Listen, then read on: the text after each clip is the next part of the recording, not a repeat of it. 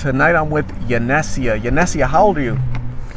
I'm 24. I'm about to be 25 years old. Okay. And how long have you been out here in the streets? In the streets. Let's see. Yeah, it was really hard to get outside at first, but once I did, I just kind of kept going back out, and I didn't really want to go back inside after that. I thought it'd be a little bit better if I stayed outside, so I started hanging out more at friends' houses sometimes, when I was invited over, or when the parents weren't home, and then we go back outside pretty fast after that. Usually we just bring the snacks outside with us that we grabbed. Okay. Waste less time cooking inside. Go back outside, enjoy the sun a little bit more in the shade areas, and enjoy the nighttime moon. Those were always good times. And how about now? Are you enjoying the being outside and living on the streets? Oh yeah, definitely. I mean, it's not as easy as it was when I was younger, I mean, when I was younger, you could literally just like camp outside the grocery stores, in a hidden location, use the bathroom, it was more safe that way too. But I mean, it wasn't always safe, there was a lot of problems still, sometimes you find people that didn't like you or they'd find you. But now that I'm an adult, we see that it's like more about sticking together. So, I mean, it doesn't matter if we want to stay camped outside of the grocery store. We focus on staying together more than anything else. Like me and my friends group, I mean. So, like, even if somebody wants to go for a really far walk, we'll all go together, and like, we'll pack up snacks before we go so that everybody has their own snacks. We don't send just like one person inside to do that because that's not staying together.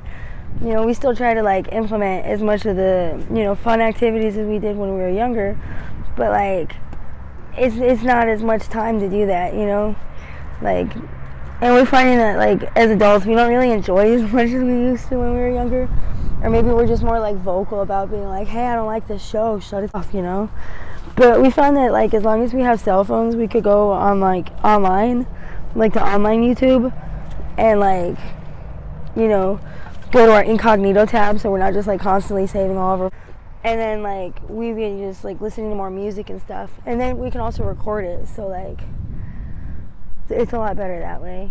I think I answered the question right? Yeah, you did. Okay, cool. What? How long have you been using blues? But I've been using it my whole life, actually. Like, it's something that I use actually to stay alive. Despite what people have been telling me, like, I think they're really beneficial things for myself. But, I mean, I have had to come aware to the fact that, like, not everybody can be around something like that. Because, like, apparently, like, for some people it makes things stick in their body that's not supposed to. Because, like, everybody's bodies are different, For some people, it makes parasites, like, harder to get out of, like, their kidneys and their livers and their brains and their hearts, and, like, I don't want to do that to people. So, like, you really can't smoke around certain people that are trying to get rid of those things.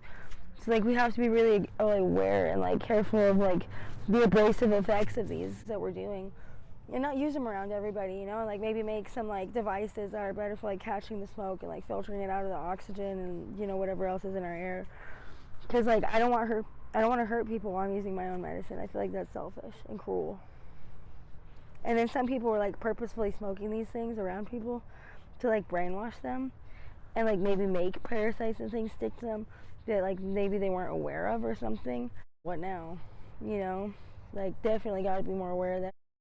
Because like what if somebody has been like having somebody purposefully do that around them, and then even if it's not you, like, and you don't know it, you like go and you sit next to them at a park or nearby them, and then you smoke nearby them, and that's their tipping point, like, and then like like the paramedics have to come and it's this big whole hoopla, and then maybe the person gets in trouble because they weren't even supposed to make it, like because they didn't make it to where they were supposed to go that night, you know what I mean? And it puts them in like more like enslavement or whatever. Like that's a problem too, like very real. Like it sounds like I'm overthinking it, but it's like damn, like I'm definitely thinking on the right path though. Like you gotta be like 100% fully aware. Or like what if somebody's like friend that they live with is like, and then somebody like loses their housing because they don't realize that somebody smoked next to them and that they failed it, That's all. Does your family know that you're out here? That is a great question. Honestly, I don't know, because like I was told that this is gonna sound crazy. I'm just started by saying it twice, like I'll say it 3 times. This is gonna sound hella crazy, but like, and I'm not the first person to say it, and I'm not a copier, nor am I a copy of me, but there are actually Sorry, my feet are really itchy, so I'm just gonna keep itching them because it feels good. And I think I'm getting the dead skin cells off like I need to, which are not my dead skin cells anyway. So if it's X-ray, it's not your skin cells, and it's gotta go. Because real skin cells don't itch like crazy. So yeah. So what I was saying was, yeah, no, I don't know if my family knows that I'm out here right now because I've been told that apparently, whomever my real family is, my name is Yenesia, by the way. Yenesia, and then my last name has a G in it, and it's spelled Yenesia. My real family, they have been seeing copies of me, copies made of my DNA, and it's to the point where some of my family doesn't let me live with them because, like, I'll go home and then all of a sudden there's like a big argument about what I did earlier, and I'll be like, what do you mean? Like, I've been gone like all week or like all day or whatever the case is. And they're like, oh, well, no, we even have it on video that, well, DNA copies got made of people, and I apparently was one of them. Like, that's crazy. And he's like, when did it happen? And they're like, oh, just, maybe just a couple hours ago or just yesterday.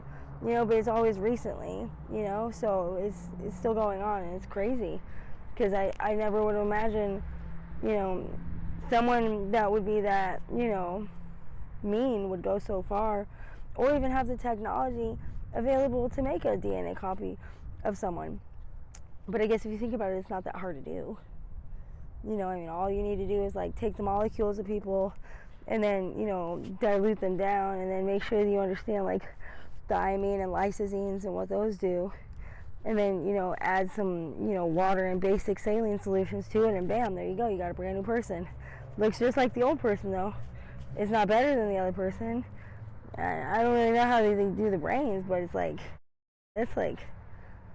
that's a lot of craziness. I mean, we could literally be making people to make the food, like, for us, instead of having actual humans till the soil. So at this point, it's like, what's up with the forced slavery? Like, that's just rude. But yeah. So yeah, I don't know if they have any idea where I'm at. They could actually be working on the fields right now making the food too. Okay. Because I know they do that, so. Very interesting. They might have thought I ran away. Yeah, sure. What advice would you give young people that are offered blues, fentanyl? Oh, I would definitely start with the thank you. Okay. And then, thank you to whomever it is that's giving that to them. Definitely direct it towards that person, so it's not just an open statement. Thank you, ma'am, thank you, sir, thank you, mom, thank you, dad, thank you, grandma, thank you, auntie, thank you, uncle, thank you, cousin, sister, brother, thank you, child, thank you, daughter, thank you, son, however it works out. I definitely just would say thank you, and then I would say, have you tried it, and then ask them, do you need to do any right away before we do any more talking or thinking? And then always make sure that they do it first before you. And then, because you never want to take something without trying it first, unless it's a child. And then, ask them where they got it, definitely too. Like, where'd you pick this up from? You want to know where it came from. Definitely make sure that it's coming from the proper sources, Ask them if they made it, because this is always interesting to know, did you make this? How do you make it? Like, can I find out? Like, can I make my own, Is it easy? Is it expensive? Is it hard to do? Is it safe? Do you need any help? Because you never know where the road might go. And, you can even maybe start working for them. They help the body, they help the brain. They're there for a reason. And you definitely don't want to get left out on the train. And it's a good idea, in my opinion, to head note that a lot of people get told and a lot of people get confused about on like the spectrum of identified sources, like, is this like, is this a bad thing to start with? Is it a good thing? What are the positive and negative effects of it? You do want to think into it. You don't want to just be one of those blind takers, because, taking blindly, that's how you open up portals for risk. And, like, you definitely don't want to take it without being more interested in it, than other people are, because your general interest in it is going to show that person that you're dedicated to what it is that you could be doing with it in the future. Because there's a lot of career paths out there, and there's a lot of seats open with these career and there's a lot of things that need to be learned about too that are not actually known yet that we need help with researching on. And not everybody can do everything by themselves, and they don't want to have to do everything by themselves because it's fun bringing more people on board, honestly. And if you're getting the opportunity to get invited to help with that, that's a great start. And it can take you places. It can take you places you never would have even imagined. And these places are fun. These places are safer places, I'm assuming, than where most people are coming from. Just as an adult, having been a child, that was a child that did get that opportunity, or maybe that reminder that I'd already been doing that before. And, as somebody that's been there before, you want to take that full-heartedly, and once you start, working with that person, I always say don't separate from them, If you're with that person and something starts trying to separate you, make sure your intentions stay on keeping you two together, because you don't want to get interrupted during those conversations. That's a very big keynote, like no interruptions once that conversation starts, because you don't want to lose out on the opportunity by interjections, and you don't want to lose out on the knowledge that could happen when those interjections are brought aboard. Unnecessarily, usually, but to whoever's opinion it is, they think it's necessary, but that's obviously wrong.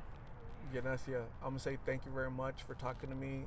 I really appreciate you opening up and sharing a little bit about your story. Please stay safe out here. God bless you. Take care. We'll talk soon, okay?